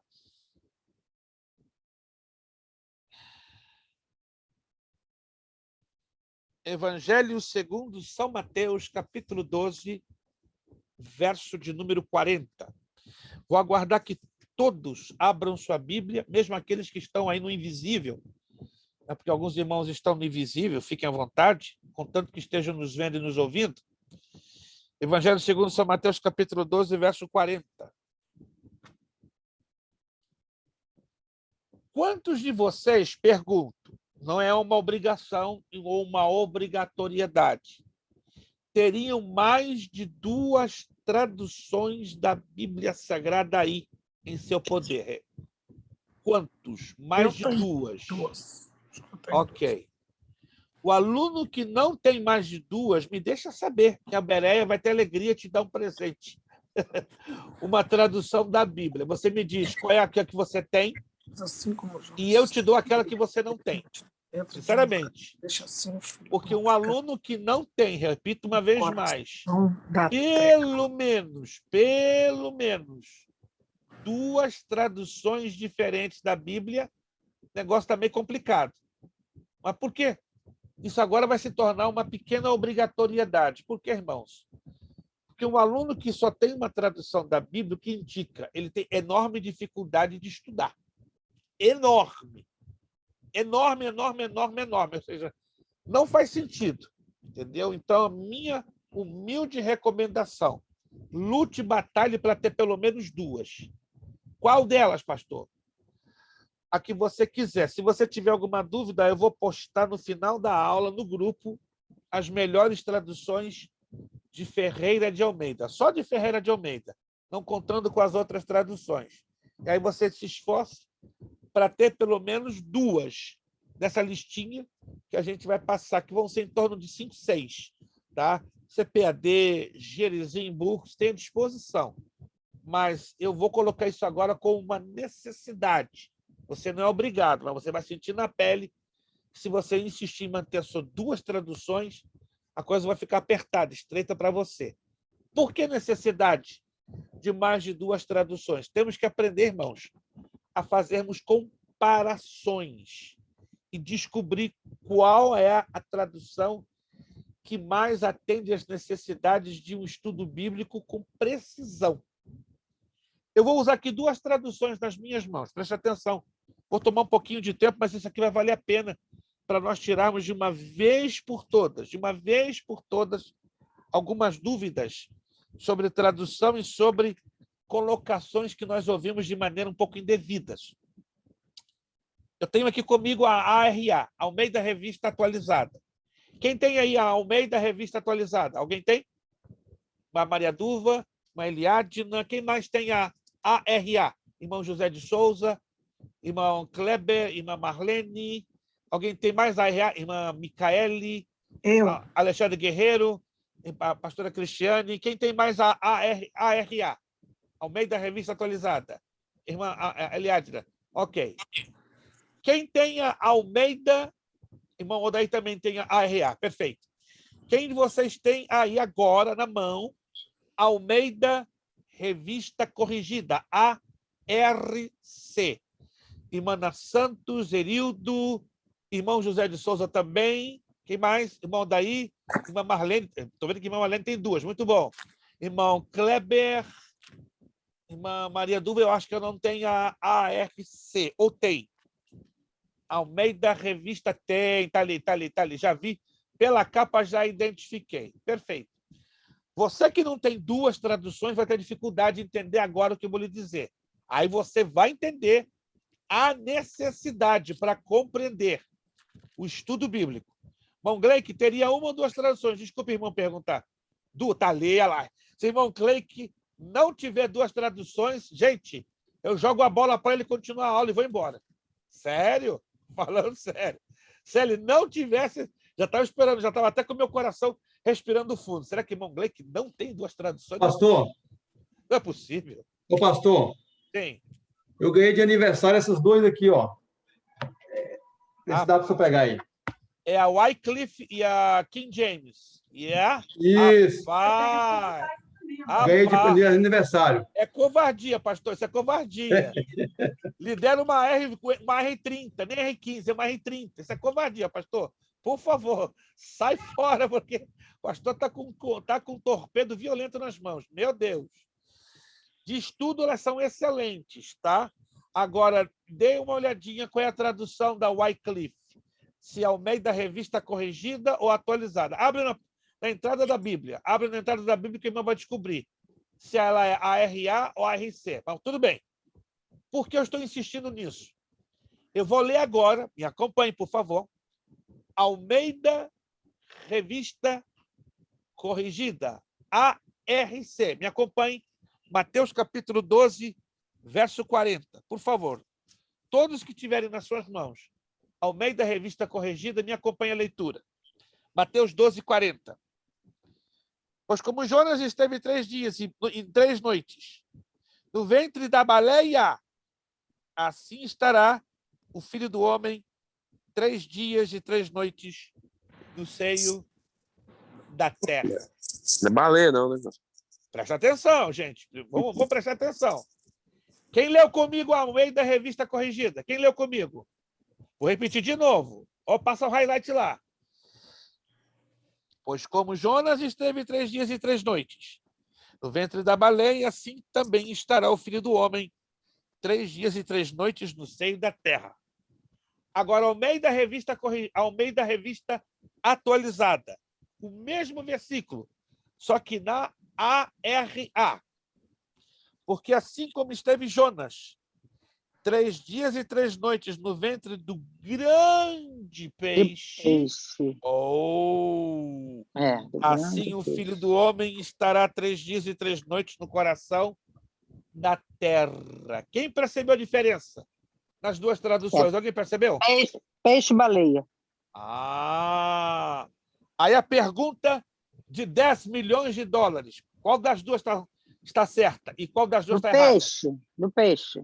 O peixe é do correto. Peixe que baleia. Baleia não. O grande peixe, baleia O tá fora. grande peixe. Baleia está fora. Mas qual é o problema, então, da ARC? A ARC, ela traduz errado. No grego, é ketos. A palavra grega para baleia em Mateus 12, 40 é ketos. Ketos, vai lá no grego, quer dizer peixe. E baleia não é peixe. Vamos lá, vamos acompanhar. No hebraico, como lemos lá no livro de Jonas, é Gag Gadol. Gag Gadol. Peixe grande. Vamos lá. Ora, todos sabem que baleia não é peixe. Então, como é que resolvemos isso? A versão Almeida Revista Atualizada, então, ela corrige, não é? Grande peixe. Vamos lá, então, entender isso aqui. Baleia não é peixe. É um mamífero. Qual é a diferença entre peixe e mamífero? Peixe, quando se reproduz como? Dando ovos. Concordamos com isso ou não? Peixe, quando se reproduz colocando ovos, tipo galinha, que se chama ovas, ou ova de peixe. Já mamífero, não. Se reproduz na base do quê? De útero, está me acompanhando? E placenta. Útero e placenta. O útero, que é a cavidade que guarda o quê? A placenta. Qual é a conclusão que chegamos? Então, baleia é mamífero. Ou seja, a baleia se reproduz porque ela tem um útero, olha que interessante, e tem uma placenta dentro da qual se desenvolve a baleiazinha. Então, chegamos a essa primeira conclusão, que o peixe de Jonas era grande, mas não era uma baleia. No reino animal, os dois animais que julgamos ser peixes são a baleia e o cachalote. O cachalote é aquele que tem a cabeça quadrada ou retangular, e geralmente tem a cor branca, também tem marrom. Eu, quando estive no Mar do Norte, quase chegando na beira da Groenlândia, fui privilegiado em ver um cardume de 18 cachalotes. Rapaz, eu caí numa emoção violenta. Eu pensei, vou partir dessa vida e não vou conhecer Moby Dick. E conheci. 18, um lado do outro. Coisa de louco. Você deve ter visto já no Animal Planet, os documentários, o cachalote ele tem um tipo de uma válvula na cabeça. Não sei se alguém já viu isso. Daí ele esguicha uma pressão de ar e de água. Por quê? Porque, por ser mamífero, ele pode reter uma grande quantidade de oxigênio e, diante de um certo espaço de tempo, ele pode facilmente permanecer submerso, que não indica que seja ele um peixe. Nem todo mamífero que está nas águas, a gente vai dizer que, aliás, nem todo peixe, né, que está nas águas, a gente vai dizer que é 100% peixe. É um mamífero. A baleia orca. Alguém já foi no Sea Old de Orlando? Já viu aquela baleia de 2 cores? Aquilo ali é um mamífero. Os dentes serrilhados, bem pontiagudos. Aquilo ali é um mamífero. Dá luz a um útero, placenta, tudo direitinho, tá? Golfinho, né, pastor? Golfinho também é outro animalzinho. O barão. Também. E aí a lista é grande. A lista é grande. Uma coisa, pastor, que como disse, alguns estudiosos acreditam que o único peixe de proporção grande que existia no mar Mediterrâneo onde Jonas foi lançado era cachalote. Poderia ser. Poderia ser. Uma coisa que, para mim, por exemplo, de vez em quando eu ouço alguns camaradas que essa taxonomia vasta que nós temos, mas na época da Bíblia não existia essa classificação da taxonomia. Por exemplo, eu já vi um camarada falar que Moisés errou em colocar lá que morcego nas aves impura, porque morcego não é ave, morcego é mamífero. Mas na época de Moisés não existia essa classificação. E outra, no original hebraico não está falando aves, está falando dos que voam. Dos que voam, exatamente, dos que voam. A tradução para ave foi a tradução, infelizmente, João Ferreira de Almeida, pegada da Vulgata Latina. Da Vulgata. E com a Septuaginta. Mas isso nós temos que entender. Por exemplo, a baleia é conhecida hoje como mamífero, mas isso é dos anos para cá na classificação. Mais ou menos. Não tinha essa classificação. Na época, na verdade, de Alexander Humboldt, né, o naturalista alemão do século XVIII, é que começou a dar a classificação dos animais por espécie e gênero até chegar a Charles Darwin. Mas por isso que eu digo que, no período bíblico, baleia, ele falar que foi a baleia que engoliu Jonas, não muda nada, porque não existia essa generaliza, na verdade, é uma palavra que generaliza, né? Por exemplo, Moisés ele fala do golfinho como peixe. Exato. Que é o texugo. É o texugo, mas Moisés não tinha noção de biologia. Não existia essa classificação. Exato. A gente tem que ter o cuidado. Eu acredito que ele tinha noção, porque ele era formado em toda a ciência do Egito. Exato. Mas não a noção que, como hoje, pelo menos do século XVIII para cá, passou a termos. É importante. Essa observação que o irmão Kleber é altamente importante, que não nos dá o direito de fazer a afirmação que o peixe que engoliu a Jonas fosse definitivamente uma baleia. Porque tem outro detalhe. A baleia é um animal que está provado que ela tem uma garganta pequena, que não tem como engolir um ser humano. A garganta da baleia ela se dilata. Mas é aí que está o milagre. Ela se dilata, exato. Aí que está o milagre. Mas, ok, que milagres não podem ser questionados, mas vamos ficar com os dois lados da moeda, que é válido. Porque, na verdade, nem se a garganta fosse 10 vezes maior que Jonas, já era milagre. Mas vamos, então, olhar pelos dois lados da moeda. Os dois lados da moeda. O lado do milagre, que não pode ser descartado, e o lado da realidade, que não poderia ter sido uma baleia. Por quê? Aí tiramos o texto bíblico de Mateus 12:40, na Almeida Revista atualizada e na corrigida, já desmistifica essa situação, porque, repito mais uma vez, nos tempos bíblicos não se tinha uma noção exata da classificação dos animais como passamos a ter a partir do século XVIII. Mas tudo bem, isso aqui é somente uma curiosidade para você ter isso bastante em claro. Mas vamos lá. O nome Jonas significa pomba. Então, se você conhece alguém chamado Jonas, o significado dele é pomba. Seu pomba, Jonas. Fica um negócio estranho, né? Pomba. O autor do livro, em Jonas 1:1, diz que Jonas é o seu autor. E este livro foi autenticado por Jesus em Mateus 12, 39 e 41. A data, provavelmente, entre os anos 750 e 725 a.C. O caráter de Jonas. O nome pomba lembra uma ave que representa paz e tranquilidade, o oposto que podemos depreender de Jonas. Ele queria que Deus destruísse Nínive e ficou irritado quando isso não aconteceu. Parece ser alguém rancoroso, amargurado, mas confiante em Deus também. É tipo um paradoxo, né? Jonas, tão dedicado às coisas de Deus, mas tão religioso a ponto de não perdoar aos seus opositores. Um pouco estranho isso, né? Aliás, estranho não, um pouco normal para alguém com um espírito religioso, como o caso de Jonas. Aspectos históricos. Em sua época, o rei Jeroboão II restaurou as fronteiras ao norte de Israel, retomando alguns territórios que a Síria tinha conquistado e fazendo que as divisas voltassem aos lugares tradicionais. Isso foi possível porque a Síria, o país ao norte da Síria, conquistou esse país, mas poderia futuramente ameaçar a Israel. Anote aí, irmãos. Eu vejo gente fazendo uma confusão, uma salada russa e polaca violenta.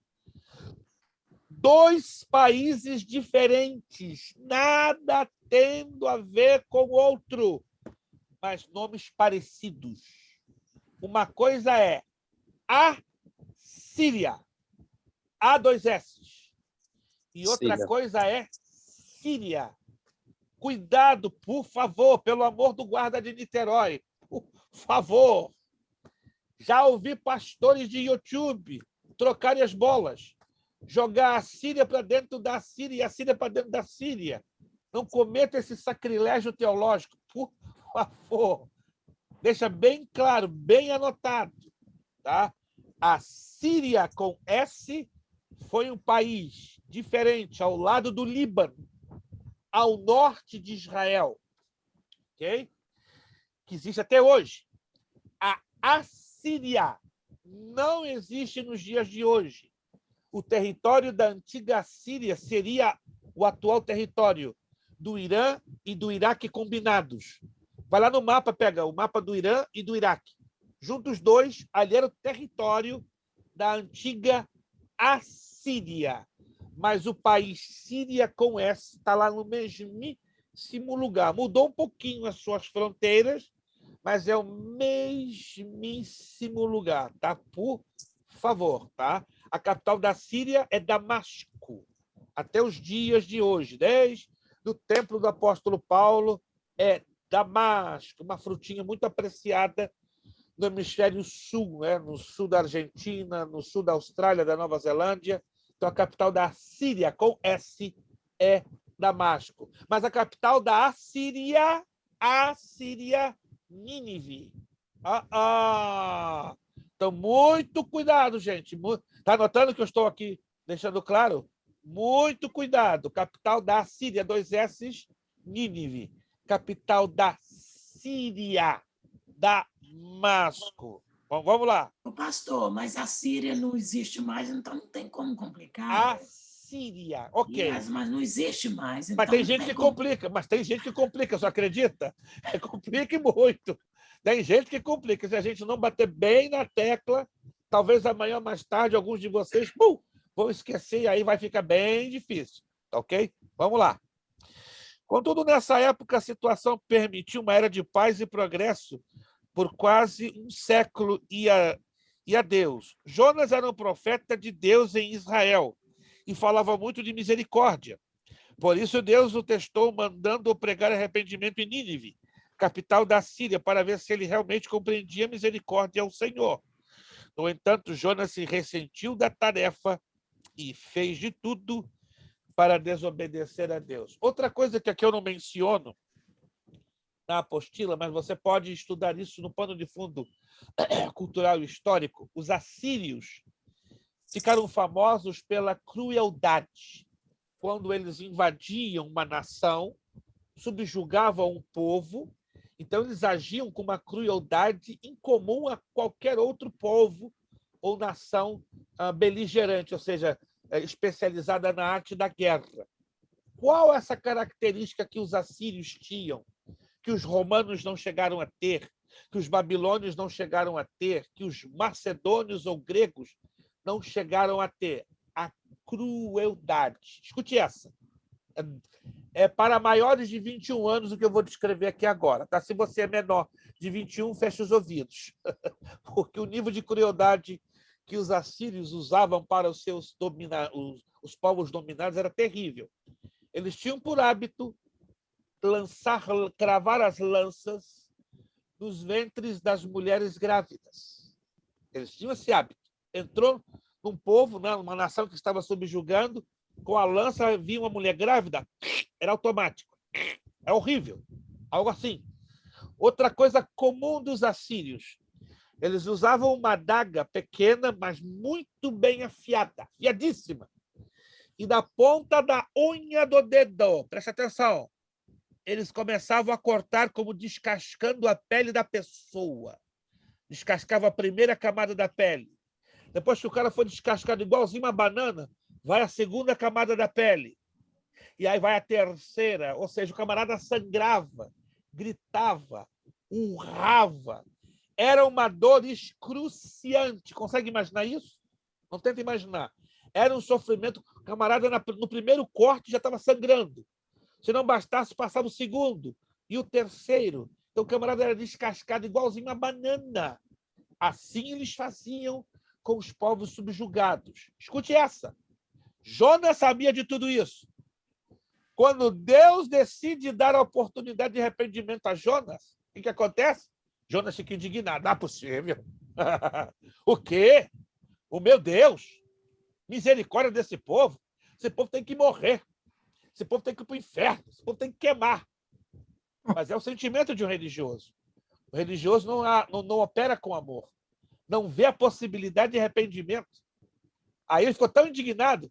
Vou comprar o meu boleto, minha passagem, vou para a Espanha, Tarsis. Havia uma tradição naquela época, uma tradição pagã. E quando sobreviesse uma tempestade a tal ponto que levasse o perigo da integridade do barco, eles acreditavam que ali dentro tinha alguém que estava desagradando aos deuses. E não deu outra. Jogaram sortes, e as sortes caíram em cima de quem? Do bendito, abençoado, amado Jonas. Abre a tua boca. Abre a tua boca. Mas o Jonas, olha para você ver, todo mundo estava orando para os deuses dele, pedindo socorro, o Jonas estava tranquilinho. Aí está. A consciência dele não estava nem aí. Dormindo. A consciência não estava nem aí. Gente, e coisa séria. Era um baita de um religioso. E aí, quando o negócio estava já para arrebentar, jogaram sorte. Aí a sorte caiu em cima de quem? Quem estava lá dormindo. E aí, dormilão? Fala aí. Quem és tu? No meio de uma tempestade, no meio de um sofrimento, como é que a pessoa possa ser tão insensível? Só poderia ser ele. Exatamente, exatamente. Olha que lição tremenda aprendemos com a história de Jonas. Aí Jonas não se viu, como diz no ditado popular, né? No mato sem cachorro, né? Você que havia cachorro naquela época para defender Jonas. De quem és tu? Eu sirvo o Deus de Israel, pá. Mas a declaração que está escrito lá no livro de Jonas é assustador, porque ele admite, depois de tanta insensibilidade, essa tempestade aqui, sabe por quê? Ela veio por minha causa. Por minha causa. Vamos fazer um jogo aqui, gente? Me joga no mar. Está resolvido o assunto. Rapaz... No compassion, pastor. No compassion. Mas olha que coisa engraçada. Chega a ser engraçado, né? Caiu a ficha um pouco tarde. Jonas caiu na sua sensibilidade um pouco atrasado. Mas tudo estava correndo no propósito de Deus. Pode dar prejuízo. Exato. Aí tentou talvez acalmar sua consciência machucada pela sua irresponsabilidade. No que ele é lançado no mar, imediatamente Deus manda aquele grande peixe, traga Jonas. Jonas fica lá quietinho 3 dias e 3 noites, o suficiente para se arrepender, orar, se humilhar, clamar. Aí diz a Escritura que Jonas foi o quê? Cuspido de volta na praia de Jope, para o mesmo lugar de onde saiu, ele voltou. Aí Deus renova a ordem. Vai a Nínive, prega lá, que ali vai ter arrependimento. Era tão ruim que o peixe cuspiu ele. O cabra, concordo com o irmão Kleber, o cabra era tão ruim espiritualmente, Deus me perdoe, que não aguentou. Mas interessante, é um tanto irônico. Mas o mais problema no intestino do peixe. Exato, mas o mais estranho acontece depois. Lá vai Jonas, prega, e olha o que acontece. Eu vou terminar aqui agora. Gente, isso aqui foi o maior avivamento depois do tempo de Josias, Esdras e Neemias. Ainda que Esdras e Neemias vieram depois, mas os 3 maiores avivamentos bíblicos poderiam ser rotulados da seguinte maneira: no tempo de Esdras e Neemias, no tempo do rei Josias e no tempo de Jonas, em relação à conversão de Nínive. Abra lá comigo, livro do profeta Jonas. Pastor, é a cruzada onde o pregador não se agradou com o que teve, né? Meu Deus, essa aí... Porque ele tinha que sim ou sim fazer a vontade de Deus, irmão José, entendeu? Ele tinha que cumprir a vontade de Deus. Ele quis dar uma de bobo, de idiota. Livro do profeta Jonas, capítulo 3, versículo 4. Não, 3, 4 em diante. Levantou-se, pois, Jonatas e foi a Nínive, segundo a palavra do Senhor. Ora, Nínive era uma cidade muito importante diante de Deus, e de 3 dias para recorrê-la. Esse tamanho dá a entender que Nínive estava beirando a perto de 1 milhão de habitantes. Meu Deus, isso em 700 e pouco antes de Cristo. 3 dias para percorrer seria uma cidade de aproximadamente 4 a 6 mil quilômetros quadrados, né? Calculadamente por cima. Verso 4. Começou Jonas a percorrer a cidade caminho de um dia e pregava e dizia: ainda 40 dias, Nínive será subvertida. Nínive teve 40 dias de oportunidade. Verso 5. Os ninivitas, aqui o que aconteceu com os ninivitas, gente? Eles creram em Deus. Não somente creram, olha que coisa linda. Proclamaram um jejum. Parou por aí? Não. Vestiram-se de panos de saco, desde o maior até o menor. Mas olha a coisa mais impressionante. Verso 6. Chegou esta notícia ao rei de Nínive. Ele levantou-se do seu trono, tirou de si as vestes reais, cobriu-se de pano de saco e assentou-se sobre a cinza. Verso 7. Isso aqui é lindo demais. Anota aí, por favor. E fez-se proclamar e divulgar em Nínive, por mandato do rei e seus grandes: nem homens, nem animais, nem bois, nem ovelhas provem coisa alguma, nem os levem ao pasto, nem bebam água. Verso 8. Mas sejam cobertos de pano de saco tanto os homens como os animais, e clamarão fortemente a Deus, e se converterão cada um do seu mau caminho e da violência que há em suas mãos. É o único lugar na Bíblia que nós vemos um jejum nacional alcançando até os animais. Meu Deus! Que coisa maravilhosa! Esse foi um avivamento de proporções poderosíssimas. Aleluia! O pastor, mas olha para o senhor ver, é assim, eu acho não, tenho certeza, um dos grandes problemas do povo judeu, eles não tinham muita empatia, não tinham muito amor, sabe? A missão que lhes foi dada de realmente pregar o amor de Deus às outras nações, não foi, porque o orgulho espiritual foi tão grande de uma tal forma que, quer dizer, nós somos escolhidos, nós somos uma nação escolhida, e pronto, e acabou. Então, eles não tinham empatia. E nós devemos aplicar isso na nossa vida, né? Como cristão, como servo de Deus, ter sensibilidade. Eu sei que nós cristãos temos, mas a gente vê a diferença entre o chamado a uma nação, Israel, e a igreja do Senhor, como nós temos muito mais sensibilidade, temos que melhorar, temos que chorar e pedir a Deus essa empatia, esse amor pelas almas, pela a vida está ali um macumbeiro, um feiticeiro ou um drogado. A gente tem que ter esse amor, né, de uma maneira assim, de ter ação. Né? Exato, atitude, ter atitude de sensibilidade em ver a salvação daquela alma. Sim. Mas, irmãos, observem o que aconteceu, foi de uma maneira maravilhosa. Eu quero terminar só mencionando um fato na história moderna. Se você pesquisar, você vai descobrir. Em maio de 1940, a cidade de Londres, capital do Reino Unido da Grã-Bretanha, ela foi bombardeada por horas a fio pela Luftwaffe, que é a frota aérea de Adolf Hitler. 25% da cidade de Londres ficou em ruínas. O povo em desespero saíram pelas ruas, chorando, clamando, pedindo a misericórdia de Deus. De repente, no meio das ruínas, quem aparece caminhando em prantos e de braços levantados? O primeiro-ministro Winston Churchill. E Churchill tomou uma posição. Vamos, como povo, jejuar e orar para que a mão do Todo-Poderoso afaste a Hitler e não permita de novo voltar a bombardear a nossa amada cidade.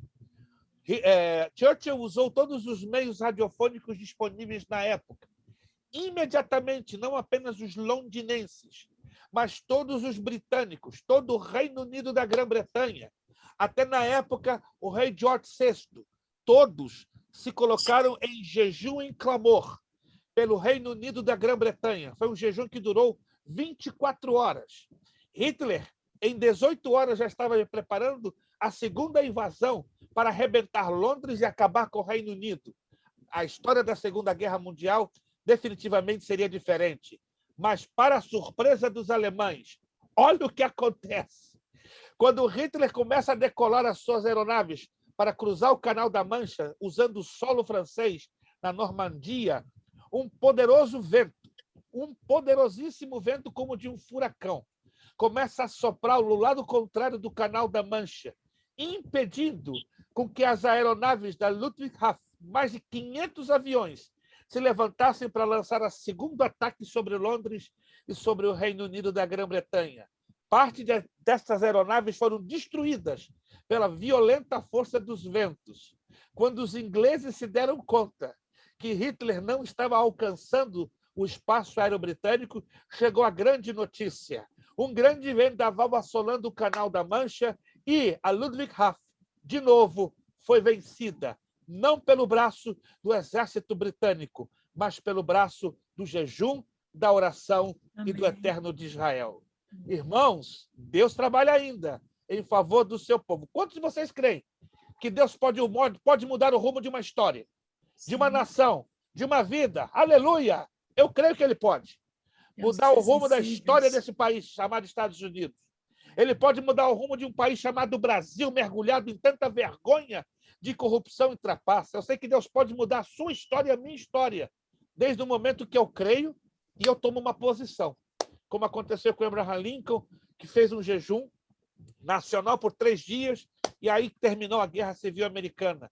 O povo de Deus está se esquecendo das coisas mais básicas que a própria Bíblia Sagrada nos ensina. Então, que Deus use a você, minha irmã, meu irmão, e use a mim para fazermos um reboliço no meio aonde nos encontramos. Reboliço começando da minha casa, da minha família, reboliço da minha igreja, reboliço na sua cidade, reboliço no seu estado, reboliço no seu país. Deus não precisa de um exército, ele só precisa de um coração rendido, entregue e dedicado a ele, que aí Deus vai fazer um reboliço. Você crê nisso?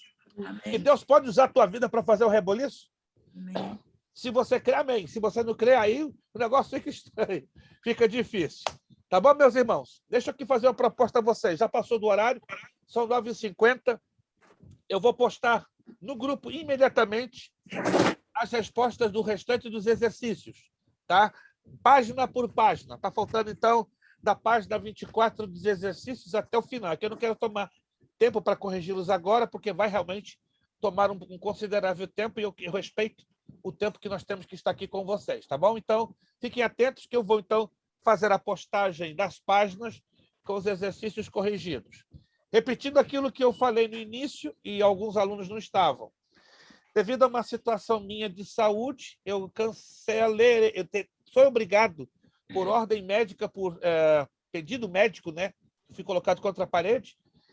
Eu vou estar passando uma semana inteira, que vai ser de 9 a 13, fazendo um grupo de baterias, né? De exames de saúde, porque foi detectado um problema no meu coração, um problema um tanto grave. Mas como foi detectado a tempo, então, graças a Deus, eu tenho mais de 70% de reverter o problema, mas fazendo um tratamento de choque, que vai começar na próxima segunda, dia 9, e termino na tarde e noite da sexta, dia 13. Assim que eu peço as vossas orações, tá? Para que a boa mão de Deus comigo seja, né? Use os médicos, e quero acreditar que estarei para a glória do Senhor respondendo a este tratamento. Eu creio no poder da oração. Amém. Eu creio no poder da oração. Gente, eu vou bater de novo na tecla. Eu creio no poder da oração. Você crê? Você crê? Amém. Amém. Alguém aqui crê no poder da oração? Alguém crê aqui? Eu creio que Deus pode reverter essa minha situação, como pode reverter qualquer situação, qualquer, sem exceção, tá bom, gente? Glória a Deus. Conto com a paciência de vocês, eu me peço perdão por eu ter que cancelar essa aula da próxima semana, na verdade... Não precisa, pastor. Eu estou cancelando com todas as turmas, durante essa semana que vem, mas no dia 16, se Deus quiser, já estou aí, firme e forte com vocês.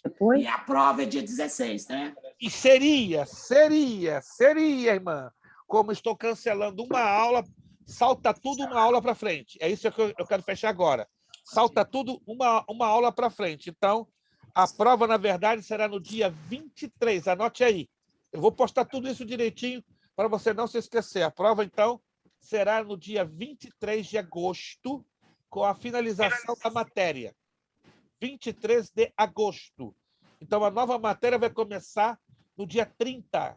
História de Israel. A nova matéria... Essa matéria vai pegar fogo também. Meu Deus. História de Israel. Amo! História de Israel. Nós vamos estudar, bem resumida, a história de toda a nação de Israel em 5 semanas. Vai ser apertado. Tá bom, gente? Tudo certo? Tudo direitinho? Tudo falado e dito? Então, eu vou postar os exercícios, as respostas, já hoje mesmo, para você ficar tranquilo. E essa aula já vai ser em seguida também postada no seu link para que você tenha acesso no canal do YouTube. Vamos, então, terminar a aula de hoje. Muito obrigado pela paciência de vocês. Muito obrigado pelas orações. Aos irmãos que participaram do relógio, que puderam participar, muito obrigado. Os que não puderam participar, nós entendemos, né? A correria da vida e algumas dificuldades e compromissos não permitiram. Mas todo mês temos o nosso relógio de oração e estamos crendo que o relógio já está trazendo efeitos para a glória do Senhor nosso Deus. Vamos pedir pastor Fabiano, ali na cidade de Waterbury.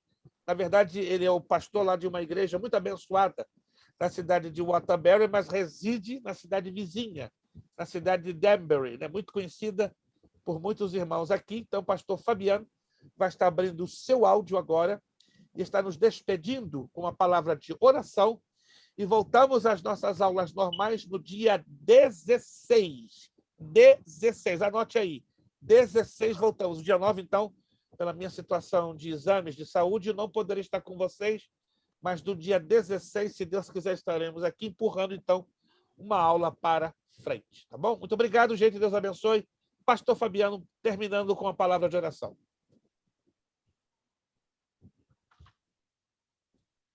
Senhor, nosso Deus, nosso Pai, nós queremos ser gratos ao Senhor, Pai Deus, por essa oportunidade de poder participar, Pai Deus, dessa aula abençoada, meu Pai Deus. E também, Pai Deus, queremos aproveitar esse momento, Pai Deus, para poder pedir ao Senhor, Pai Deus, que tudo vai bem, Pai Deus, que o pastor Luiz Preste, esse momento de recuperação, Pai Deus, pela saúde dele, Pai Deus. Eu sei que o Senhor tem usado a vida dele, Pai Deus, para poder impactar e também para poder preparar pessoas, Pai Deus, pessoas de Deus, para poder estar ensinando mais pessoas, Pai Deus, que estão também, Pai Deus, aprendendo a Tua palavra, Pai Deus. Pai, somos gratos ao Senhor por esse dia, meu Pai Deus, por essa oportunidade, Pai Deus, de poder aprender mais e mais, Pai Deus, do Senhor, Pai Deus. Muito obrigado, Pai Deus, continua abençoando a vida, a mente de todos nós, Pai Deus, nos dando saúde, nos dando entendimento, Pai Deus, para que possamos, Pai Deus, aprender mais e mais, Pai Deus, da Tua palavra.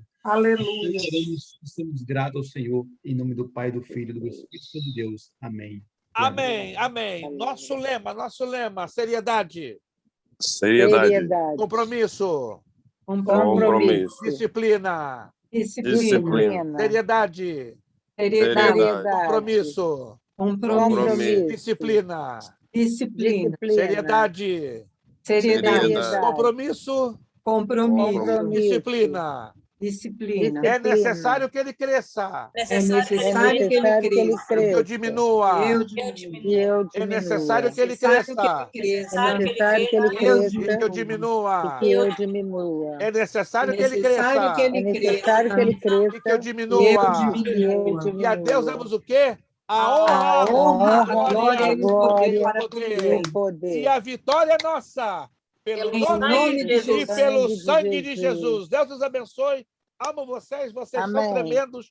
Já somos vencedores, em mais do que vencedores em Cristo Jesus. Até a próxima aula, dia 16. E já estou postando para vocês, tá bom? Deus abençoe. Muito obrigado. Deus abençoe a todos. Deus abençoe. Senhor. Boa sorte, pastor. Obrigado.